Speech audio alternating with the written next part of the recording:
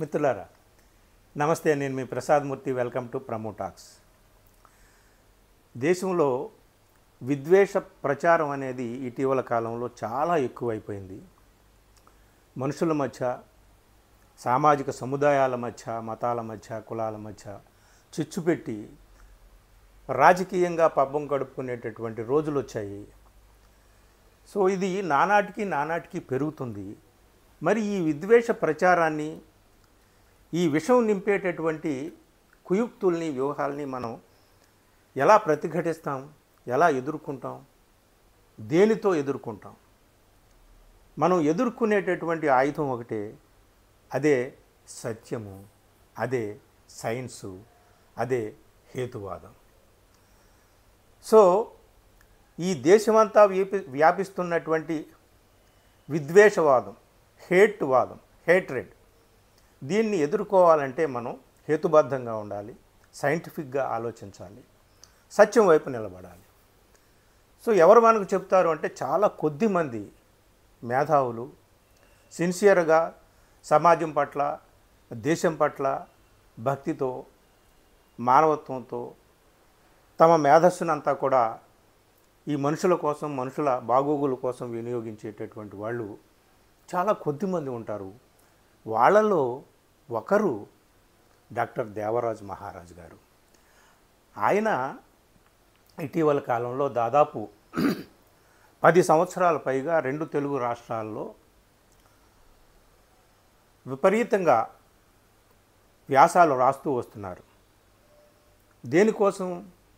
సత్యాన్ని ప్రచారం చేయడం కోసం. ఒకవైపు ద్వేషాన్ని ప్రచారం చేస్తున్నారు, మనుషుల్ని చీల్చే ప్రయత్నాలు చేస్తున్నారు. డాక్టర్ దేవరాజ్ మహారాజ్ గారు సత్యాన్ని ప్రచారం చేస్తూ, సైన్స్ని ప్రచారం చేస్తూ, హేతుబద్ధంగా ఆలోచించండి అని ఉద్బోధ చేస్తూ మనుషుల్ని చైతన్యవంతం చేస్తున్నారు. ఆయన రాసినటువంటి, పరంపరగా రాస్తున్నటువంటి వ్యాసాలన్నీ కూడా పుస్తకాల రూపంలో విడుదలవుతూనే ఉన్నాయి. తాజాగా ఒక పుస్తకం వచ్చింది. ఇప్పుడు లేటెస్ట్, మన దేశానికి సరిపడేటటువంటి, మన దేశంలో మనం ఎదుర్కొంటున్నటువంటి ఈ రాజకీయ ప్రచారాలనండి, మతపరమైనటువంటి విద్వేషాలనండి, వాటిని అన్నింటినీ ఎదుర్కోవడానికి ఒక ఆయుధంగా ఆయన వ్యాసాలని మనకు అందించారు. ఆ వ్యాసాలన్నింటినీ కూడా సమకూర్చి పుస్తక రూపంలో ఇప్పుడు తీసుకొచ్చారు. ఇది చాలా ఉపయోగం. ఇప్పుడు ఈ కాలానికి సరిపడేటటువంటి పుస్తకం ఇది. హేతువాదం వర్సెస్ హేటువాదం. హేటువాదం అంటే విద్వేషవాదం. సో దీన్ని రాసినటువంటి దేవరాజ్ మహారాజు గారితోనే మాట్లాడితే ఆయన ఇంకా చాలా విషయాలు మనకు చెప్తారని చెప్పి నేను ఈరోజు ఆయనతో ఈ చిన్న ఇంటర్వ్యూ ఏర్పాటు చేసుకున్నాను మీ అందరి కోసం. మనకు తెలుసు, డాక్టర్ దేవరాజ్ మహారాజు గారు ప్రముఖ కవి, రచయిత, జీవశాస్త్రవేత్త, అలాగే కేంద్ర సాహిత్య అకాడమీ అవార్డు గ్రహీత, త్రిపురనేని రామస్వామి పురస్కార తొలి గ్రహీత. 2 తెలుగు రాష్ట్రాల్లో ఆయన రాసే వాక్యానికి, ఆయన చేసే ప్రసంగానికి రోజు రోజుకు ఎంతో విలువ ఆయనకు దక్కుతుంది, ఆయనకు గౌరవం దక్కుతుంది. అందరూ కూడా ఆయన్ని ఆహ్వానిస్తున్నారు. అలాంటి గొప్ప వ్యక్తి, ఈ పుస్తకాన్ని రాసినటువంటి వ్యక్తితో మనం ఈరోజు సంభాషిద్దాం. సార్ నమస్తే. నమస్తే. సో హేతువాదం వర్సెస్ హేటువాదం, అసలు ఈ హెడ్డింగ్ చూస్తేనే అదిరిపోయింది. దేశంలో ఇప్పుడు మనం ఎదుర్కొంటున్నటువంటి దానికి సరైన మందు ఏమిటో మీరు కనిపెట్టి వ్యాసాల రూపంలో అందరికీ అందిస్తున్నారు. సార్ చెప్పండి, ఈ పుస్తకంలో ఉన్నటువంటి వ్యాసాలు ఏ సందర్భంలో మీరు ఎట్లాంటివి రాశారు, ఏమిటి? ఇప్పుడు ఈ నేపథ్యంలో ఈ దేశంలో మనం ఎదుర్కొంటున్నటువంటి ఈ విద్వేషపూరిత వాతావరణం, ఈ నేపథ్యంలో ఈ వ్యాసాలు, అలాగే ఈ వ్యాసాలు రాసినటువంటి నేపథ్యం, ఈ పుస్తకం గురించి కాస్త వివరించండి. ఇవి ప్రతి వారం తెలంగాణలో నవతెలంగాణ దినపత్రికలోను, అక్కడ ఆంధ్రాలో ప్రజాశక్తి దినపత్రికలోను ప్రతి శుక్రవారం అది చదువుతూనే ఉన్నాయి. సుమారు 10 ఏళ్లకు పైన అయిపోయింది. అవి పరంపరగా పుస్తకాలుగా పబ్లిషర్స్ వాళ్లే వేస్తున్నారు. మానవవాదం జీవన నినాదం, మానవవాదం జీవన ఆధారం అనే శీర్షికలతోటి మానవవాదాన్ని ఎలుగెత్తి చెప్పే శీర్షికలతోటి పుస్తకాలు వేస్తూనే ఉన్నారు. అయితే ఇవి 2022-23 ప్రాంతంలో రాసిన ఈ వ్యాసాలు పుస్తక రూపంగా చేయాల్సి వచ్చినప్పుడు మానవవాదం అని కాకుండా నేను కావాలనే హేతువాదం వర్సెస్ హేట్ వాదం అని పెట్టాను. హేతువాదానికి విద్వేషవాదం అని పెట్టుకోవాలి మనం తెలుగులో. కానీ హేటుకు కొంచెం దగ్గరగా పలకడానికి సులువుగా ఉంది. అందులో ఇప్పుడు హేతువాదం ఎక్కువగా ప్రచారంలో నడుస్తుంది, దేశంలోను విదేశాల్లో కూడా. అందువల్ల ఈ టైటిల్ బాగుంటుంది అని నేను, అది ఇంగ్లీష్ వర్డ్ అయినా సరే దాన్ని ఉన్నట్టుగా స్వీకరించి. కన్ఫ్యూజ్ కావద్దు, హేతువాదం హేతువాదం అనమాట. కన్ఫ్యూజ్ కావద్దు. హేతువాదం అనేటప్పుడు హేతువాదంలా మీకు వినిపిస్తూ ఉండొచ్చు, కానీ హేతువాదం అది విద్వేషవాదం. సార్ చెప్పేది హేతువాదం అనమాట. సార్ హేతువాదం వర్సెస్ హేట్ వాదం, ఇంగ్లీష్ హేట్ వాదం. ఇదే టైటిల్ ఎందుకు ఎన్నుకున్నానంటే, మనం ప్రస్తుతం దేశంలో we are living and anti intellectual times. Anti intellectual టైమ్స్లో అంటే మేధో వ్యతిరేకమైన సమయంలో, కాలంలో మనం బతకాల్సిన పరిస్థితి ఇప్పుడు వచ్చింది. 11 ఏళ్ళుగా మనం ఇట్లా భయపడుతూ బితుకుమంటూ ఉండాల్సిన పరిస్థితి వచ్చింది. ఎందుకు అంటే మీకు తెలుసు, 10-11 ఏళ్ళుగా ఈ ప్రభుత్వం వచ్చినప్పటి నుంచి సనాతన ధర్మం పేరు చెప్తారు, హేతువాదుల్ని చంపేస్తున్నారు. సనాతన ధర్మం పేరు చెప్తున్నారు, రచయితల్ని చంపేస్తున్నారు, ప్రొఫెసర్లను చంపేస్తున్నారు. అసలు కేసు లేకుండా జైళ్ళల్లో పెట్టి సాయిబాబా లాంటి వాడిని ఏం చేశారో మీ అందరికీ తెలుసు. అక్కడ ఢిల్లీలో జేఎన్యూ విద్యార్థుల్ని ఏం చేశారో మీకు తెలుసు. ఇంకా నేను వాటి వివరాల్లోకి వెళ్ళను, ఎందుకంటే అవన్నీ అందరికీ తెలిసిన విషయాలే. మనకు ఇక్కడ విప్లవ కవి వరవర్రావును ఏం చేశారో మీకు తెలుసు. ఇట్లా వాళ్ళు నిరంతరం ఆ ప్రయత్నంలోనే ఉన్నారు. అందువల్ల ఈ శీర్షిక సరైనది అని నాకు అనిపించింది. ఓకే, అందువల్ల నేను ఈ శీర్షికను పెట్టాను. మొట్టమొదటిసారి మానవవాదం అని కాకుండా, మానవవాదం శీర్షికతో చాలా ఒక 10-12 పుస్తకాలు వచ్చాయి. సరే, అవి అట్లా పెట్టి ఈసారి మారుచుదాము అని నేను ఇంగ్లీష్ వర్డ్ యాజ్ ఇట్ ఈజ్గా పెట్టి హేతువాదం అని పెట్టి, ఈ హేతువాదం అని ఎందుకు పెట్టాల్సి వచ్చింది అంటే, ఒక్క దేశంలోనే కాదు, అంతర్జాతీయంగా హేతువాదం అనేది ప్రజ్వరిల్లిపోతుంది. రాజకీయ కుట్రలు, హత్యలు విపరీతంగా పెరిగిపోయాయి. నిన్నటికి నిన్న అమెరికా లాంటి అతిపెద్ద దేశంలోనే ఆ ట్రంప్ అనుచరుణ్ణి చంపేశారు. ఏ రాజకీయ పార్టీ ఎవరు చంపారు అవన్నీ మనం వివరాల్లోకి పోవట్లేదు. కానీ ద్వేషవాదము, ఇక్కడ వీళ్ళు కూర్చొని ట్రంప్ ఏం చేస్తున్నాడు, విద్వేష భావనల్ని పేట్రేగేట్గా మాట్లాడుతున్నాడు. దేశాల గురించి, భారతదేశం గురించి ముఖ్యంగా. అయినప్పుడు దాని రిపర్కషన్స్ వేరే రకంగా ఉంటున్నాయి. సామాన్య మానవుల మధ్య, సామాన్య పౌరుల మధ్య కూడా ద్వేషభావం ఎంత పెరిగిపోయిందంటే, అసలు కూర్చొని మాట్లాడుకునే ఓపికలు ఎవరికీ లేవు. చంపేయటమే పరిష్కారం అన్నట్టుగా హత్యలకు ముందుకు పోతున్నారు. ఆత్మహత్యలు లేకపోతే హత్యలు, ఏదో రకమైన అవి మానవ హాని. ఇవి ఎక్కడికి పోతుంది? ఇట్లాంటి వాటిని చూసి ఆల్బర్ట్ ఐన్స్టీన్ ఒక మాట చెప్పాడు. అది నాకు చాలా నవ్వు తెప్పిస్తుంది, సీరియస్గా ఆలోచింపజేస్తుంది. ఏం చెప్పాడంటే, 2వ ప్రపంచ యుద్ధం అయిపోయిందండి, 3వ ప్రపంచ యుద్ధం ఎట్లా జరుగుతుందో నాకు తెలియదు, కానీ 4వ ప్రపంచ యుద్ధం మాత్రం ఈ మనుషులు రాళ్లతో కర్రలతో కత్తులతో పొడుచుకొని చచ్చిపోతారేమో అని నాకు భయం కలుగుతోంది అని ఆయన ప్రకటించాడు. అంటే దాని అర్థం ఏమిటి? సోఫిస్టికేటెడ్ ఇన్స్ట్రుమెంట్స్ అన్నీ అయిపోయినాయి, అది ఫిరంగులు అయిపోయినాయి, ఆ డ్రోన్లు ప్రయోగించటం కూడా అయిపోయింది, బాంబులు అయిపోయినాయి, అన్నీ అయిపోయి ఇంకా చివరికి ఏమవుతుంది? తర్వాత రాను రాను కాలంలో ఇక ఆదిమానవ దశకు పోయి, ఆదిమానవుడు ఎట్లాగైతే రాళ్లతో కర్రలతో కొట్టుకొని చచ్చారో అట్లా వీళ్ళు అవుతారేమో అని ఆయన దార్శనికుడు గనక, విజ్ఞాని గనక ఒక భయాన్ని అట్లా సూచించాడు. ఇప్పుడు మనకు ఆ సూచనలు కనబడుతున్నాయి. ఏదో మాల్లో పోతున్నారు, వాడికి వీడికి ఏదో తగాదా అవుతుంది, కత్తి తీసి వాడిని పొడి చేసి వెళ్ళిపోతున్నారు. ఒక్క భారతదేశంలోనే కాదు, విదేశాల్లో కూడా ఇట్లాగే జరుగుతుంది.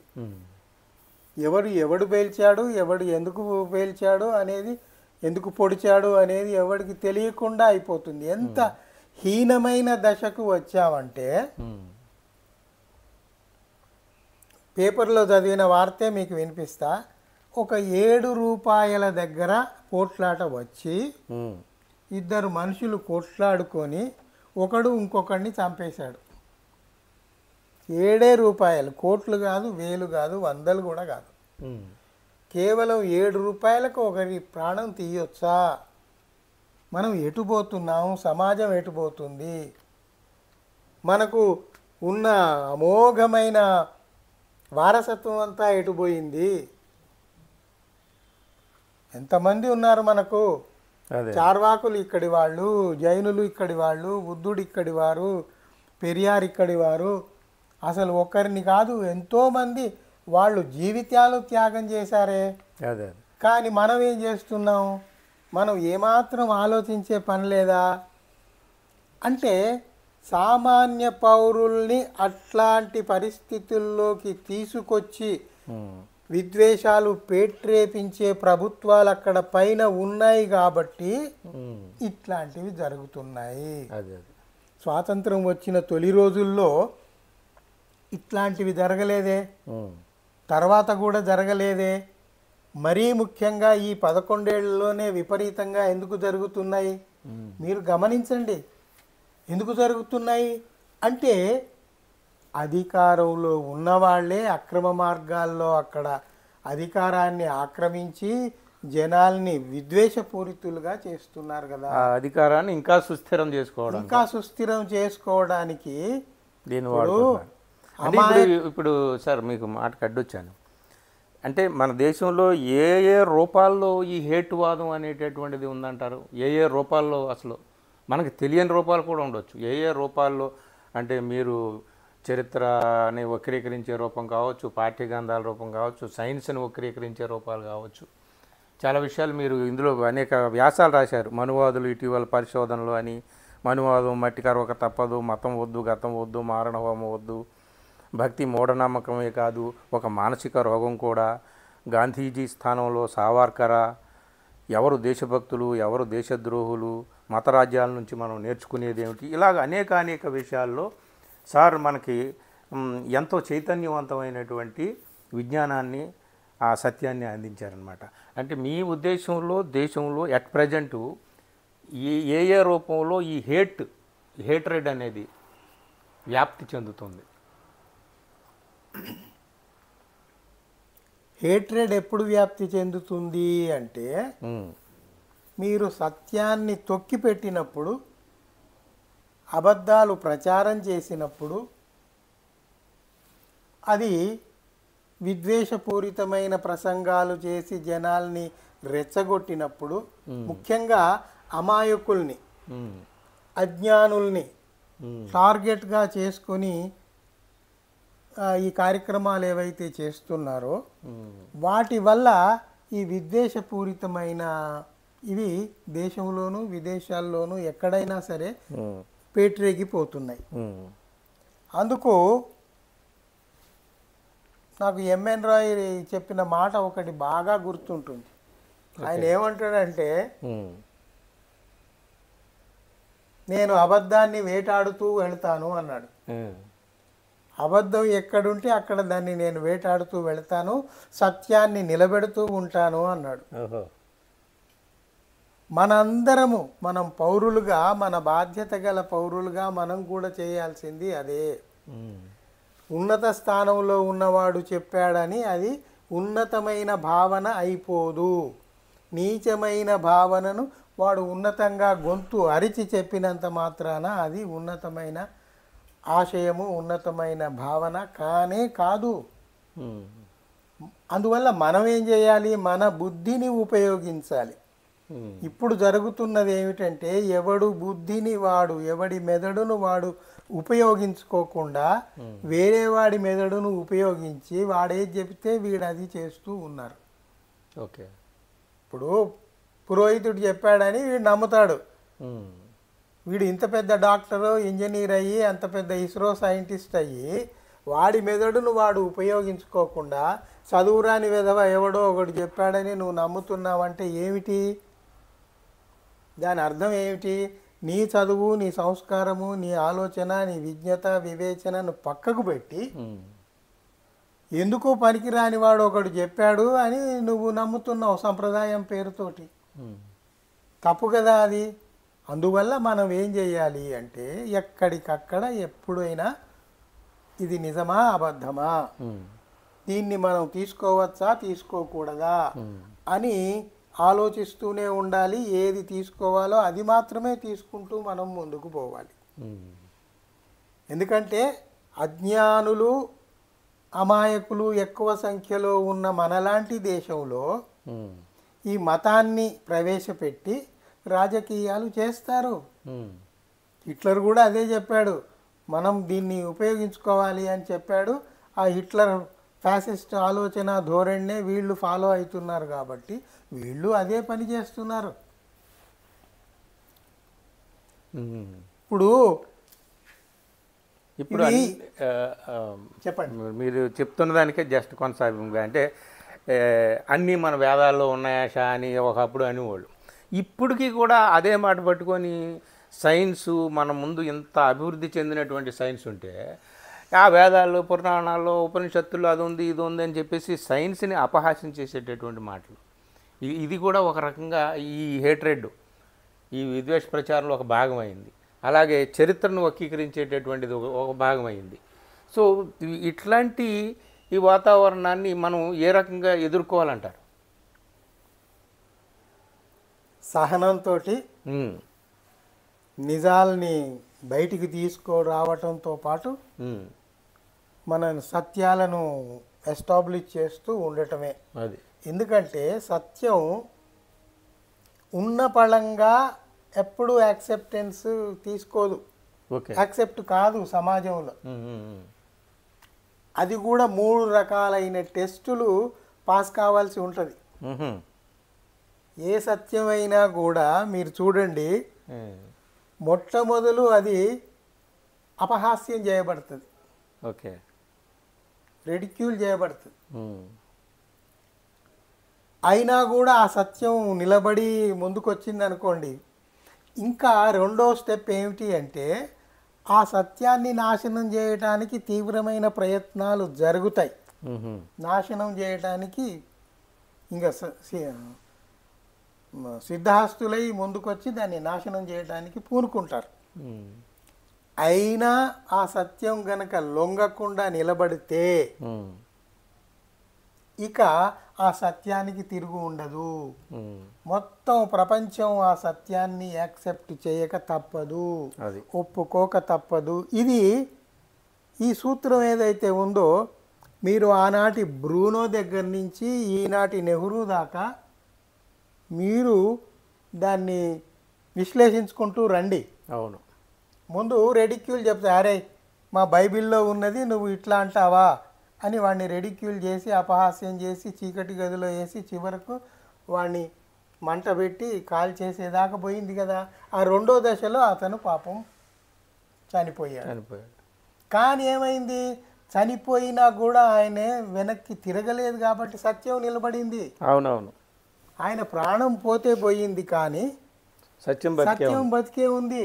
ఆయన అదే చెప్పాడు, మీరు నన్ను చంపేస్తారు, చంపేయండి, కానీ నేను చెప్పేది నిలబడుతుంది, మీరు చెప్పేది అబద్ధం అని తేలుతుంది అని నిర్ద్వందంగా చెప్పాడు. అదే జరిగింది. అంతే కదా. ఇప్పుడు మతాల్లో భూమి బల్లబరుపుగా ఉందని అదని ఇదని చెప్తారు, కానీ భూమి గుండ్రంగానే ఉందని ఇప్పుడు అందరూ ఒప్పుకుంటారు. సత్యం ఒకనాటికి ఒప్పుకొని తీరాల్సిందే. అది సార్ చెప్తున్నారు, మంచి పాయింట్ చెప్పారు. ఇప్పుడు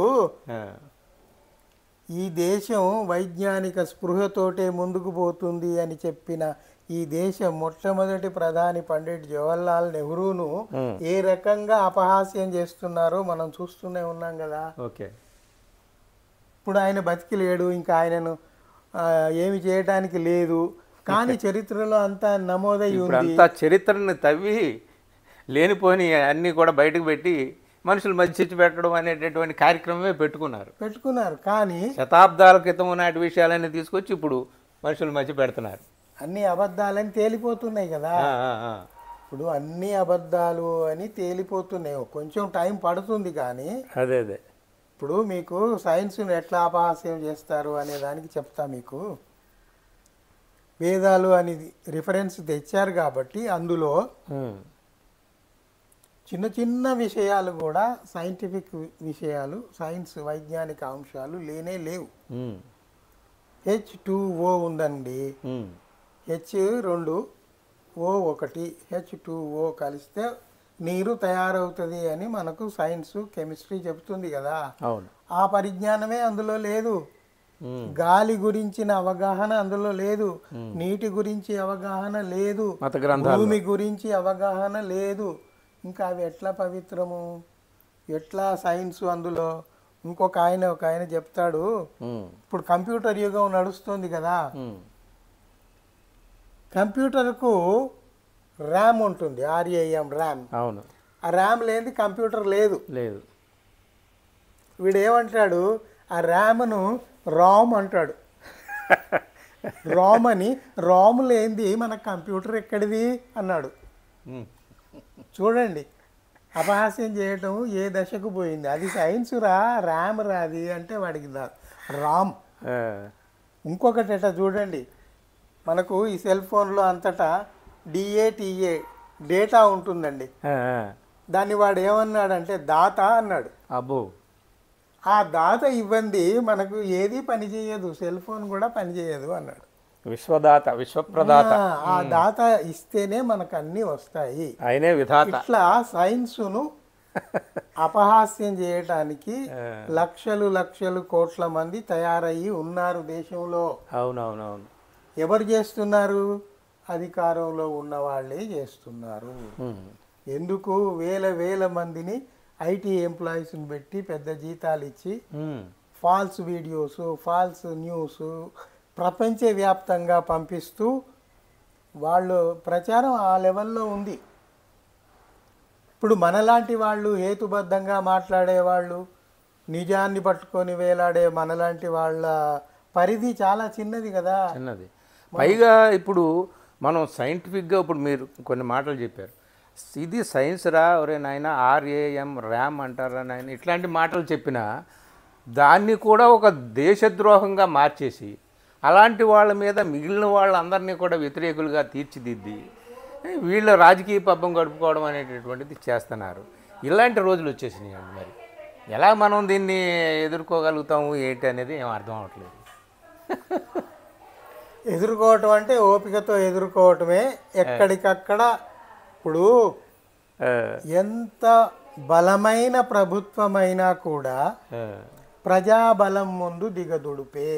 ఈ మాట ఎందుకు చెప్తున్నాను అంటే, నిన్ననే నేపాల్లో మనం చూసామా లేదా? అవును, ఇన్నేళ్లుగా అక్కడ అవినీతి పాలన సాగుతుంది అని జనం రోడ్డు మీదకి వస్తే ఏం జరిగిందో నేను మళ్ళీ చెప్పక్కర్లా. అంతకు ముందు బంగ్లాదేశ్లో ఏమైంది గత సంవత్సరం మనం చూసాం. శ్రీలంకలో అంతకు ముందు శ్రీలంకలో ఏమైందో చూసాం. అంటే భారతదేశానికి చుట్టూన్న దేశాలలో ఇట్లాంటి పరిణామాలు జరుగుతున్నాయి కాబట్టి మరి భారతదేశం కూడా ఆలోచించి సంయమనముతోటి సరైన నిర్ణయాలు తీసుకొని ప్రజలకు హాని జరగకుండా కొన్ని చర్యలు తీసుకుంటే వాళ్ళ ప్రభుత్వము బాగుంటుంది, ప్రజలు కూడా బాగుంటారు. అదే లేకపోతే ప్రజలు రోడ్డు మీదకి వస్తే అప్పుడు ఆదుకునేవాడు ఎవడూ లేడు. ఇక్కడ అట్లాంటి పరిస్థితి రాదే అని ఎవడైనా అనుకుంటే మాత్రం పొరపాటు. ఎందుకు? ఏళ్లకేళ్ళు తిండి తిప్పలు నిద్రాహారాలు మాని అక్కడ పంజాబ్ బార్డర్లో, ఢిల్లీ బార్డర్లో రైతులు ఎట్లా పోరాటం చేశారో మనం చూసాం ఏళ్లకేళ్ళు. అయితే ఇక్కడ ఏంటంటే ఏ పోరాటం అయినా మనం శాంతియుతంగా పోరాటం చేస్తాం. గాంధీ చెప్పినటువంటి శాంతి మార్గం, అహింసా మార్గం. ఇతరులు పొరుగు దేశాల్లో హింసా మార్గం బట్టి వాళ్ళంతా కూడా చాలా ధ్వంసరచన చేశారు. ఆ మార్గం మనం అనుసరించాల్సినటువంటి పని లేదు.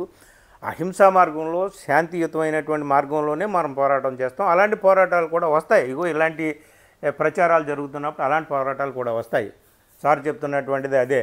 కాబట్టి అలాంటి పరిస్థితి రాకుండా ఈ పాలకులు జాగ్రత్త పడాలి అని చెప్పేసి మీరు చెప్తున్నారు. అంతే కదండి? అంతే. ఇప్పుడు సహనానికి కూడా ఒక హద్దు ఉంటుంది కదా. ఆ హద్దు దాటితే అప్పుడు ఎవరిని కంట్రోల్ చేయలేరు. అందువల్ల దీనిలో నుంచి పాఠాలు నేర్చుకొని అధికారంలో ఉన్న వాళ్ళు కళ్ళు తెరుచుకొని ఏం చేయాలో అది చేస్తే వాళ్ళ ప్రభుత్వానికి ధోకా రాదు, ప్రజలు కూడా సుభిక్షంగా ఉంటారు. సో ఇప్పుడు లాస్ట్ ఒక క్వశ్చన్ అండి. అంటే ఇప్పుడు ఈ పుస్తకంలో సరే ఇప్పుడు మనం దేవరాజు గారు ఆయన చెప్పాల్సింది వ్యాసాల రూపంలో చెప్తున్నారు, అందాల్సిన వాళ్ళకి అందుతుంది. ఆ జ్ఞానం, ఆ సత్యం అవన్నీ కూడా అన్నీ ఇక్కడ మనం మాట్లాడుకోలేము ఈ లిమిటెడ్ టైంలో. కాకపోతే దేవరాజు గారిని నేను ఈ సందర్భంగా అడుగుతున్నాను, మనం కన్ఫ్యూజ్ కాకూడదు. ఏది సత్యం ఏది అసత్యం అనేటటువంటి విషయంలో కన్ఫ్యూజ్ కాకూడదంటే దేవరాజు గారు లాంటి వాళ్ళు రాసినటువంటి మహత్తరమైనటువంటి ఆ వ్యాసాలు, అక్షరాలు మనం చదువుకోవాలి. అప్పుడే మనం జ్ఞానవంతులం అవుతాము, హేతుబద్ధంగా ఆలోచించడం నేర్చుకుంటాం, లేకపోతే కష్టం. సో ఈ సందర్భంగా మీరు అనేక వ్యాసాలు రాస్తూ ఉన్నారు. మొత్తం మీ జీవితమే అంకితం చేశారు ఈ సత్య ప్రచారం కోసం ఇన్నాళ్ళుగా బ్రహ్మాండంగా. అందుకని ప్రజలందరూ కూడా హేతుబద్ధంగా ఆలోచించే వాళ్ళందరూ కూడా మీకు బ్రహ్మరథం పడుతున్నారు, నీరాజనం పడుతున్నారు ఎక్కడికి వెళ్ళినా సరే. ఇదంతా మంచి పని. ఈ సందర్భంగా ముఖ్యంగా ఏ దేశమైనా సరే ఆ దేశ భవిష్యత్తు ఆ దేశంలో ఉన్నటువంటి యువతీ యువకుల చేతుల్లో ఉంటుంది. కాబట్టి నేను మిమ్మల్ని అడిగేది ఏంటంటే మన యువతీ యువకులకు ఈ సందర్భంగా ఎలాంటి వాతావరణంలో మీరు ఇచ్చే సందేశం ఏంటి? ఇప్పుడు మనం ఇవ్వగలిగే సందేశం ఏమిటి అంటే అదొక్కటే, సత్యాన్ని అన్వేషించుకుంటూ పోవటమే. ఇప్పుడు నేను చెప్పినా, ఐన్స్టీన్ చెప్పినా, అంతకంటే ముందు మహానుభావులు చెప్పినా, వీళ్ళందరికంటే ముందు సాధారణ శకానికి ముందు గౌతమ బుద్ధుడు చెప్పినా అదే చెప్పాడు. సత్యము, శాంతి, జాలి, కరుణ ఈ ప్రపంచానికి అవసరము. అది ప్రతివాడు ఆయన ఏం చెప్పాడు? ప్రతివాడు జ్ఞానదీపమై వెలుగుతూ ఉండాలి. మీరు జ్ఞానదీపమై వెలుగుతే మీ చుట్టుపక్కల ఉన్న వాళ్లకు మీరు జ్ఞానాన్ని అందించగలరు. అట్లా ఆ జ్ఞానదీపం పోతూ ఉండాలి. అంతేగాని అజ్ఞానాన్ని ప్రచారం చేస్తాము, జనమంతా అజ్ఞానంలో ఉంటే మనం ఒక్కరం మాత్రమే సుఖంగా ఉందాము అనే పద్ధతి తప్పు తప్పు తప్పు. అది ఏనాటికైనా చెడు జరుగుతుంది దేశ భవిష్యత్తు కోసము. ఇంకొక విషయం ఏమిటంటే, నేను ఎక్కడికి పోయినా యువత బాగా కనెక్ట్ అవుతున్నారు. అది నాకు చాలా చాలా సంతోషాన్ని ఇస్తుంది. ఈ యువతకు నేను చెప్పేది ఏమిటి అంటే, మీరు జాగరూకులై ఉండండి, సత్యాన్ని తెలుసుకుంటూ ఉండండి, అబద్ధాలని నిరసిస్తూ ఉండండి. అంతే. ఆ ఒక్క పని చేస్తూ ఉంటే సమాజం దానంతటదే బాగుపడుతుంది. మిత్రులారా, జ్ఞానదీపాలు వెలుగుతూ ఉండాలి. ఇది ఆనాడు బుద్ధుడు చెప్పిన, ఈనాడు డాక్టర్ దేవరాజు మహారాజ్ చెప్పిన ఒకటే మాట. సత్యాన్ని ఎవరు హత్య చేయలేరు. మనుషుల్ని భౌతికంగా హత్య చేయవచ్చు, హతమార్చవచ్చు, ఏమైనా చేయొచ్చు, కానీ సత్యాన్ని హతమార్చలేరు, హత్య చేయలేరు. సత్యం అది ఎప్పటికీ సత్యమే, అది నిలబడి తీరుతుంది. సైన్స్లో ఆ విధంగా నిరూపితమైంది. స్వార్థ ప్రయోజనాల కోసం ఎవరైనా తాత్కాలికంగా కొన్ని పనులు చేసినా అవి నిలవవు. ప్రపంచంలో ఎక్కడా నిలవలేదు. పెద్ద పెద్ద హేమాహేమీలైనటువంటి ప్రపంచాన్ని కబళించడానికి చూసినటువంటి నియంతలే మట్టి గరిచారు. సత్యం మాత్రం నిలిచే ఉంది, ఆ జ్ఞాన జ్యోతి వెలుగుతూనే ఉంది. ఇలాంటి పుస్తకాలని అందరూ కూడా, ముఖ్యంగా యువతీ యువకులు తప్పనిసరిగా చదవాలి. సార్ రాస్తున్నటువంటి వ్యాసాలు 2 తెలుగు రాష్ట్రాల్లో కూడా అన్ని పత్రికల్లో వస్తున్నాయి. ముఖ్యంగా ప్రజాశక్తి, తెలంగాణలో నవ తెలంగాణ పత్రికల్లో అన్నింటిలో కూడా వ్యాసాలు వస్తున్నాయి. తప్పనిసరిగా చదవండి. ఆయన చదవడం అంటే మనం సత్యాన్ని తెలుసుకోవడం, సత్యాన్ని తెలుసుకోవడం అంటే విజ్ఞానవంతులం కావడం, విజ్ఞానవంతులం కావడం అంటే హేతుబద్ధంగా ఉండడం, హేతుబద్ధంగా ఉండడం అంటే మనల్ని మనం కాపాడుకోవడం, మన చుట్టూ ఉన్న వాళ్ళని కాపాడుకోవడం, మన దేశాన్ని కాపాడుకోవడం. ఇది మిత్రులారా. Sir thank you very much. మంచి ఇంటర్వ్యూ, మంచి సందేశం ఇచ్చారు మా పాఠకులకి అందరికీ. మిత్రులారా, మరోసారి మరో విషయం మీద మనం దేవరాజు గారితో మాట్లాడదాం. అప్పటి వరకు సెలవు. Thank you.